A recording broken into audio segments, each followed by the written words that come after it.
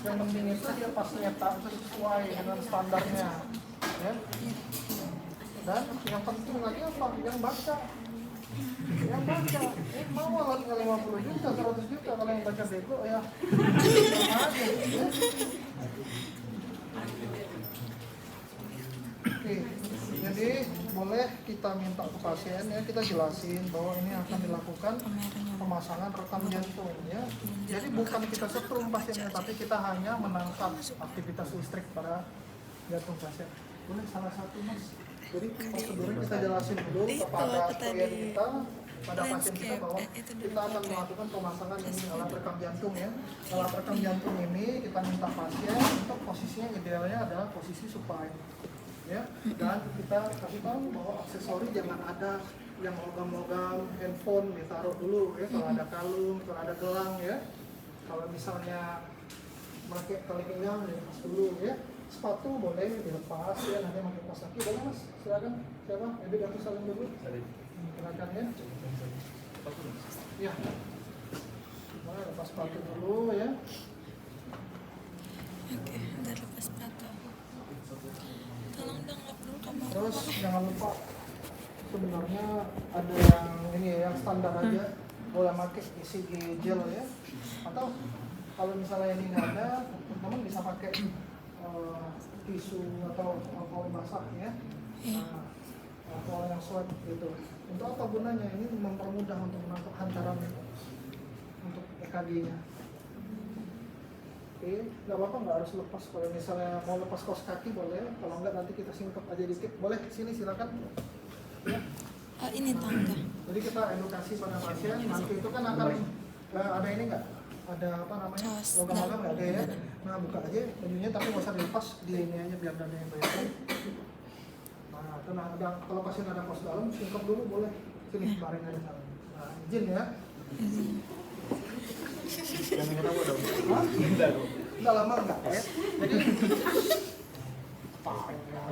makasih lah sama dia ya. Enggak. Sekarang buka aja ini bajunya, buka ya. Pakai tali pinggang nggak? Nah, tali pinggang edukasi dulu, lepas dulu, ya. Apa-apa, lepas aja langsung. Rogi jangan terlalu dekat, jaraknya dijaga dikit. Oke. Dijaga dikit. Setengah meter ukti, ya. Ukti.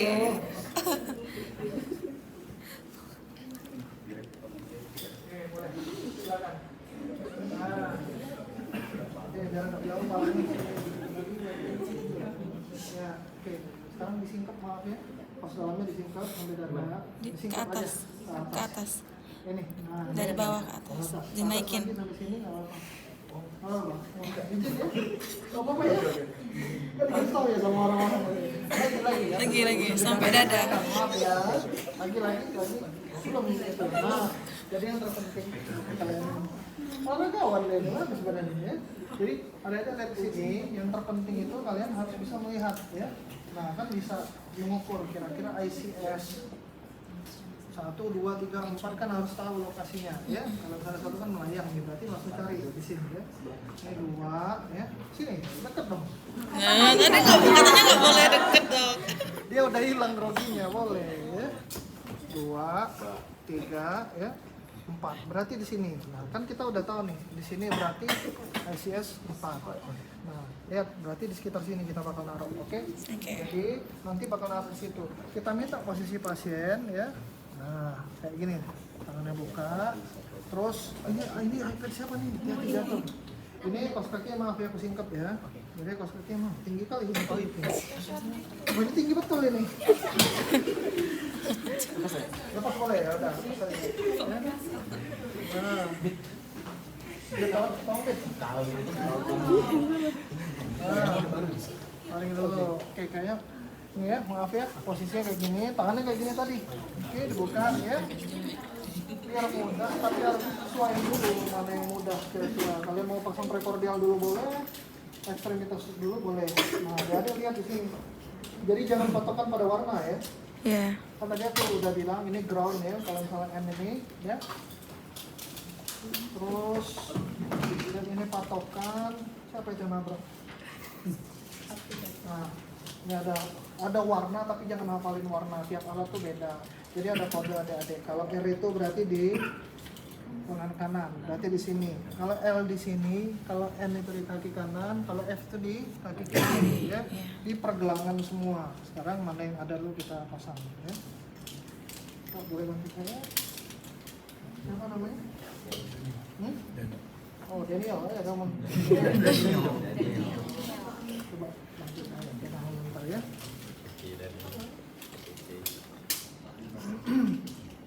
Agak British dikit lah. Daniel. Ya. Oke. Bantu saya ya, maaf ya. Ini kita taruh di sini nih. Ini di sini ya, lihat ya, diaduk ya. Pasang di sini di pergelangan. Kalau kalian ragu singkat ya. Terus yang F di sini. Nah, jadi kebaca dia. Ya. Disingkap lagi dikit, kenapa nih basah wudhu ya. Oke. Nah, ini nggak rapi nih, jadi kita harus rapiin. Idealnya setelah pemakaian maupun sebelum pemakaian, apalagi kalau ada klien ya, baiknya dipasang, dirapiin. Ini ya, belum dirapiin ya. Rapiin aja.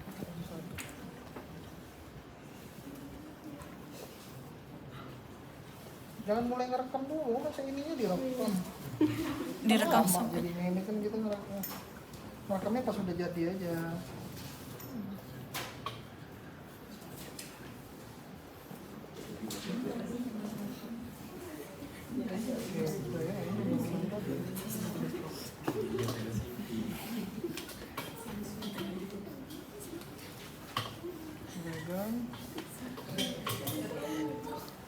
Nah, oke. Jadi ekstremitas bawahnya udah, sekarang ekstremitas atas, ya. Jadi nggak cuma teman-teman yang calon dokter yang belajar ini pemasangan, tapi teman-teman yang perawatan juga harus bisa. Dan nanti pun ketika kalian kepaniteraan klinik, belum tentu teman-teman kita itu bisa ya, yang sejawat lain ya. Jadi ini pasang sini ya, idealnya mencapit nih ya. Jadi kan ini ya. Nah, oke. Nih, lihat. Kita angkat sini nih. Oke, maaf ya Salim ya. Nggak akan nyetrum nggak? Ya, kita tahu ke pasien bahwa ini nggak akan nyetrum ya. Oke, kita rapiin dan kita ingat pasang tadi yang mana dulu kata saya tadi? Ya, ya jangan patokan V, kadang-kadang di alat tertentu C ya. Jadi kita pasang dulu C1 dan C2. Tadi udah dapat, maaf ya sekali lagi ya. Oh ini melayang ya, 1, berarti langsung turun lagi 2, 3, 4, apa yang tahu-tahu? Itu geli kali kalian ya. Ya, oke, C1, C2. Setelah C1 dan C2, idealnya pakai J5, nggak apa-apa ya. Kalian udah ada tisu nggak? Ada ya. Oke. Tapi jangan banyak-banyak, dikit aja ya. Ya. Nah, cukuplah segini. Jadi nanti bakal dioles ya. Jadi nggak perlu banyak-banyak, yang penting dia nyaplok ya. Maaf ya. Oke. Jadi jangan banyak-banyak. Nanti muncul malah dia lengket semua. Kalau pasiennya jarang mandi, yang nempel daki malah. Ya. Jadi nggak dapat esensi kita masang EKG ya. Lalu yang keempat di mana? Tahan dikit tahu aja ya. Ini di C4 ya. C4 kirim C4. 4 dulu yang mudah ya. Patokannya di bawah papila mama. ICS 5 di linea mid clavicularis sinistra. Ambil sini. Nah. Oke. Oke, lalu di aksilaris anterior kiri. Dan kita terakhir ngambil di linea mid aksilaris sinistra. Oke, beres pemasangan, lihat ada gambar rekam jantungnya. Tuh, kelihatan sudah ya? Iya. Semuanya lengkap ya. Ntar ada yang longgar, ada yang bergerak. Mungkin jangan ditabrak-tabrak dong itu. Ini ada ini enggak? Kalau misalnya yang dekat sini ada HP atau apa, nanti kedetek dia. Tuh. Nah, lepas ya kan? Ada yang lepas nggak? Iya sih dok. Ini aman sih. Oke, harusnya kayak tadi ya.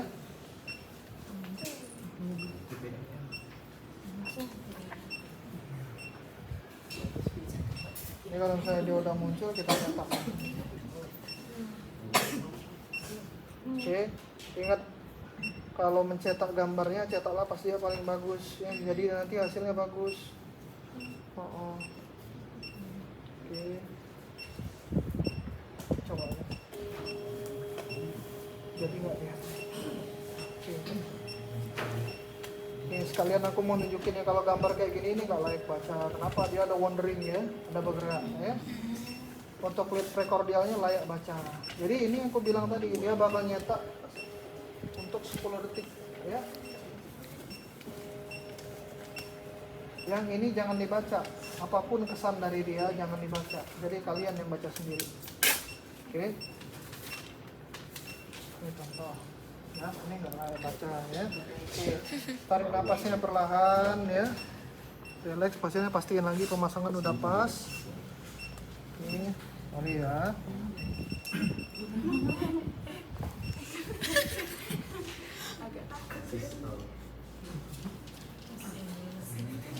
Nah. Oke. Sistem. Gak apa-apa. Nunggu aja waktu itu. Sistem mengerikan. Disumpahinnya tuh.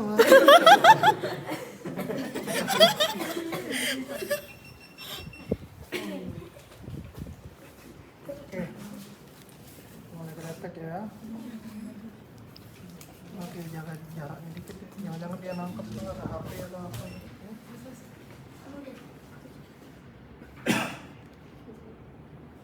Oke, jadi intinya kayak gini lah ya.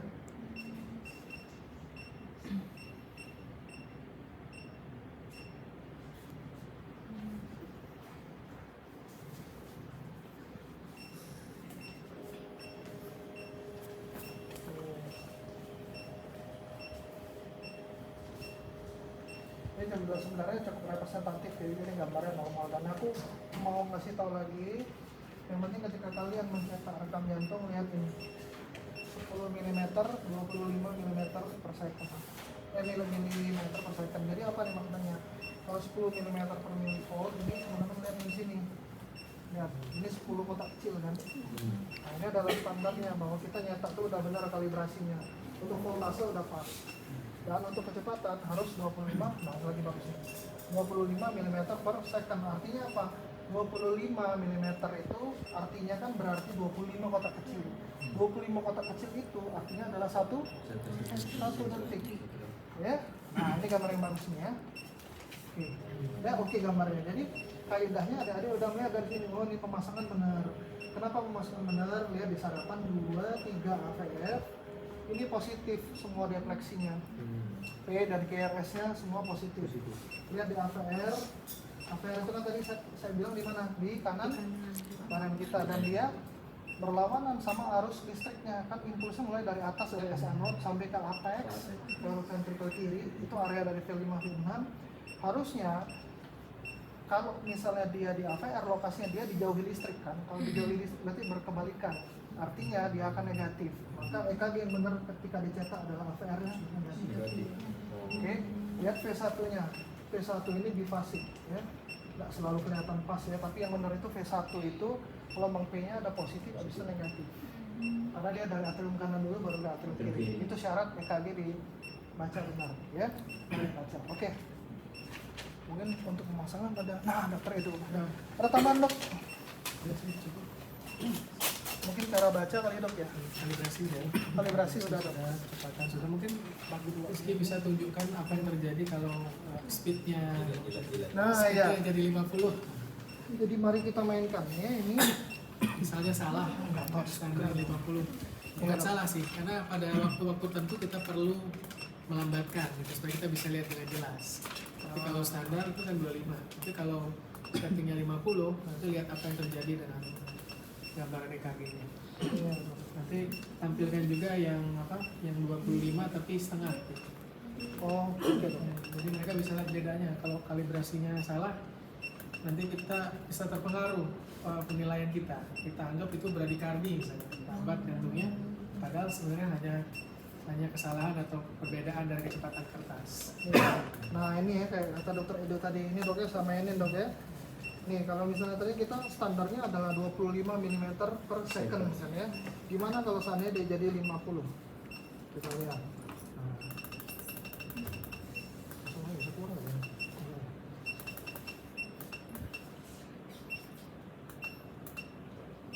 Oke.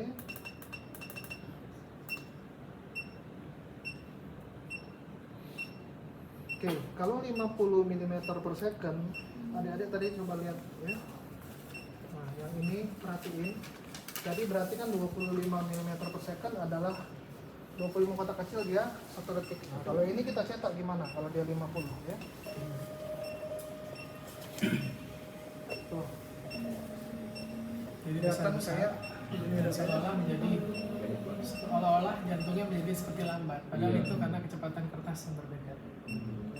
Jadi selalu ini ada di sini kalibrasi, cari kalibrasi yang standar. Kalau adik-adik buat 12,5 berarti dia lebih rapat. Lebih rapat, hanya 12,5 kotak sudah 1 detik. Ya, Nah, kemudian mungkin 25 tapi setengah gitu. 25 tapi ini Setengah namanya atau 2 kali. 2 kali lipat. Jadi mereka bisa perbandingan. Itu sama 10 milivolt tapi kecepatan 50. oh ini udah 10 mm per menit. Sudah ya, mungkin yang 20 kan. Jadi 20 ya. 20 jadi gede kan, atau ini aja apa, setengahnya, setengah, 5 Pengaruh ya. 5, jadi nah, nanti jadi malah sulit melihatnya. Karena ini sering sekali kejadian di ruangan.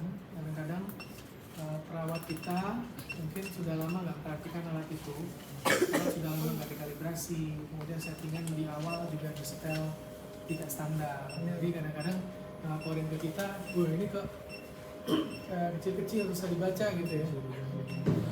Atau sebaliknya, kalau disetelnya ketinggian 20, ini LVH gitu, padahal bukan. Jadi sangat hati-hati sekali. Nah ini kan, ini yang 5 ya. Ini yang 5. Nah 5 kan jadi separuhnya tuh ketinggiannya. Jadi kalau kita setelannya itu 5, pasien itu LVH bisa saja seolah-olah tidak memenuhi kriteria LVH. Jadi perlu diketahui bahwa semua yang kita pelajari kriteria itu ventricle hypertrophy, rectangular hypertrophy itu semuanya berdasarkan kalibrasi yang normal 10 milivolt dan 25 mm per detik.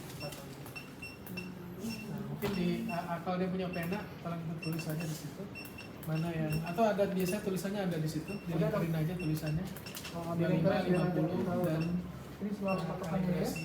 Lihat kalibrasi. Kadang-kadang beda tuh antara yang di sini yang di sini, dia langsung nempel ya. Jadi dia satu, tapi dia nggak nulis yang di sini. Nah kalau ini enak, alatnya bagus. Dia dikasih tahu yang prekordial mana, yang ekstremitas mana. Ya ini ekstremitas, ini prekordial kalibrasi. Ada alat yang beda dia. Nah, oke. Jadi kayak kata video tadi ya, adik-adik harus perhatiin tuh kalibrasinya. Ini lihat ya kayak kenceng-kenceng semua ya. Oke. Nah, untuk masang lagi dok. Ini lah dok. gel kan, kalau sampai kembali right foot itu sebagai grounding biasanya harus sebagai zero. Ini ya, lihat. Ini kayak wah-wah semua ya, tapi padahal kalibrasinya dibuat berbeda. Untuk 1 milivolt dia jadinya harus pakai 20 mm. Ya. Jadi jangan tertipu. Jadi dia terlalu tinggi itu kalibrasinya. Karena 20. Ya, ini 2 kali lipatnya. Jadi ini tidak standar. Oke, terpenting adalah kalau sebelum baca EKG tahu kalibrasi. Tapi sebelum tahu kalibrasi apalagi yang penting? Yang penting identitas pasien. Ya, jangan ketukar. Karena kadang-kadang kita kan dikirimin orang baca gambar EKG, EKG siapa, apa indikasinya, dan namanya EKG adalah penunjang ya adik-adiknya. Jadi kalian harus kuat di anamnesis. EKG prinsip penunjang. Ya dok. Tanggal ya, tanggal jangan lupa. Itu ada tanggal tuh di sini ya. Nah, ini ya. Ada jamnya, ada tanggal. Jadi kalian tahu ada yang namanya serial. Kita ngelihat ada nggak perubahan antara 15 menit 30 menit pada kasus serangan jantung ya. Terus ACS. Lagi dok, kira-kira dok. Mungkin yang itu ya, yang kanan dok. Oh iya, sarapan kanan. posterior. Sarapan kanan tapi nanti nggak di checklist ada dipraktekin nggak ya? Nggak sih. Oke, ini untuk nice to know aja. Nanti bergantian harus bisa masang yang standar. Kemarin saya udah ajarin tuh yang soal grid kanan. Oh sudah dok ya. Boleh di dan mereka ada gambar. Oke, jadi ada yang kita udah tahu nih. Ada yang namanya pemasangan EKG kanan, ya. Dokter Edo kan udah ngajarin juga. Adik-adik sebenarnya gampang. Jangan diganggu C1, C2-nya. Memang idealnya tuh V1R sampai V6R. Tapi yang bermakna itu adalah V3R dan V3R paling sering ya. Jadi kita switch aja posisinya. Jadi satu persatu sebenarnya. Tadi kan patokan kalau masang yang kiri yang mana dulu? Yang 4 dulu ya. Nah, jadi kita ganti posisinya. Kita pasang yang kanan, ambil jalinya dikit kalau ada sisa ya. Sorry ya, salin ya. Oke ya. Sakit duluan tambah Ah. jadinya. Terus ini di aksilaris anterior yang kanan, lalu mid aksilaris yang kanan, oke? Maaf, agak kembali dikit. Nah, kalau untuk kaki, tangan nggak usah diubah apa-apa. Nah, jadi ini udah dapet. Sekarang kita tinggal taruh diagonal di antaranya. Pas nyetak, jangan lupa nanti ditandain. Ini kita contohin ya.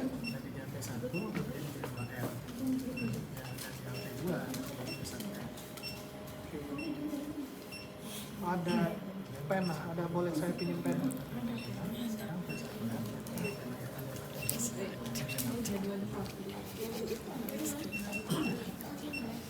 Izin dok.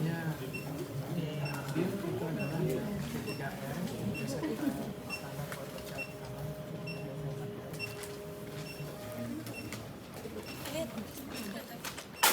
Oke, ini perhatiin ya. Ketika merekam EKG dan sudah dapat periundannya, kita udah tahu, udah masang tuh di V3R sama V6R. Jangan lupa simple aja, tambahin aja R di sini, maaf ya, sini aja. Nah, tambahin aja di sininya. Ini R, ini R, ini R, ini R. Maka yang baca, siapapun yang baca akan tahu bahwa ini masangnya di kanan. Oke, boleh lihat. Nah, jangan jadi mukus sapi ya.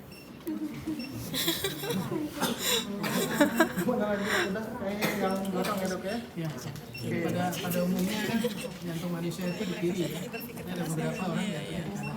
Iya. Iya. Udah lihat. Itu variasi yang jarang. Jadi kadang-kadang kita heran, kadang-kadang kita masang di kiri itu kan nggak dapat apa-apa atau di kiri nggak sesuai dengan seperti yang normal. Karena jantungnya di sebelah sana. Jadi harus Iya. jadi kalau jantungnya posisi normal seperti ini, Mereka galau megangnya. maka yang terlihat ini adalah sisi kanan jantung. Total V3R atau 4R. V7 V8-nya? Oke, yuk kita ini dok ya. Kita balikin lagi, itu ada tatonya nih kan. Ini mudah nih. Apa-apa ya. Oke. Jadi kalau misalnya pada pemasangan yang posterior, tadi patokannya yang mana dulu kita pasang yang enak? Hah? 7. 7 atau 8? 8 dulu boleh. Jadi kita juga pakai yang ini nih. 4, 5, 6 kita cabut ya. Iya. Nah, tergantung pasien. Kalau misalnya pasiennya sesek banget, caranya kita bisa dudukin. Jadi ini sebenarnya bisa kita naikin ya, tapi ya pura-pura aja ya. Kamu duduk boleh nggak tadi? Boleh ya. Nah, duduk dulu posisinya. Saya putar dulu, izin muter begitu. Amit ya. Maaf ya, maaf ya, Iya maaf ya. dokter. Nah ini aku angkat dikit ya ini mau. Maaf ya. Nggak kelihatan, nggak kelihatan. Anggapan pasien kita yang kita lepas bajunya, kita ganti dengan baju yang dari rumah sakit ya misalnya ya, pakaian dari rumah sakit ya. Tetap syaratnya jangan sampai ada logam-logam karena itu cukup mengganggu ya. Jadi kita cari yang mana nih. Tadi patokannya apa tadi? Di bawah. Skapula. Skapula yang mana? Kiri. Kiri. Apa? Kiri berenang. Di belakang. Sebelah kelihatan kan? Sini. Nah. Ouch. Mama. Oh, apa ini?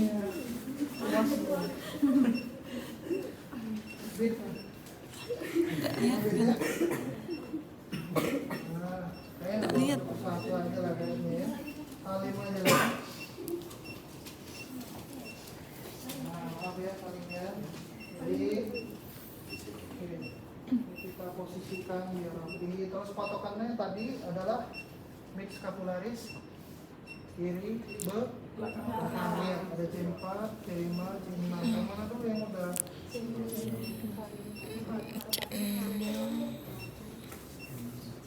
C5 berarti C8 ya, udah jadi 8 ya. Terus taruh aja di sebelahnya ya, dijarakin. Oke. Oke. Baru sandarin pasiennya. Nah, sandarin sesuaiin ya. Tapi kalau misalnya pasiennya sesak banget ya udah kalian sandarin. Kalau enggak yang miring aja lihat di situ. Ada gambarnya ya.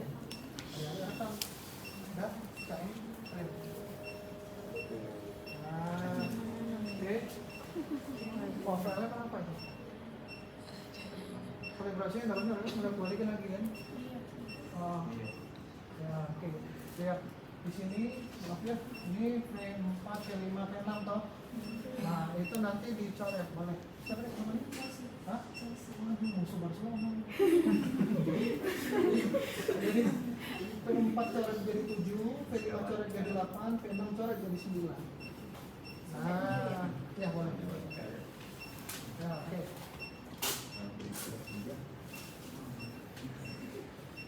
Oke, nah. Coret 7 dan itu 8 dan itu 9 ya. Kalau dari buku bilang yang paling cocok diagnostiknya adalah P9, tapi cukup setengah aja, dia setengah mili aja udah tegak. Jadi eskalasi setengah mili aja udah cukup mewakili bahwa itu adalah impak bagian posterior. Ya, jadi masangnya kayak gitu ya. Dok, ada lagi dok? Cukup dok ya posteriornya? Cuci tangan ya, teknis di apa? Iya, jangan lupa sebelum apa-apa selalu jangan lupa info konsen, jelasin nama pasien dan pastiin kalian higienis ya, cuci tangan. Oke. Kalau ragu pakai handspun juga nggak apa-apa. Ya, jangan lupa selalu ada ya. Kalau enggak nanti dia jadi tato lumayan sakit ya pasiennya. Dan ini membantu untuk penetrasinya, jadi listriknya itu bakal terangkap dengan sangat baik ya. Ini mempermudah.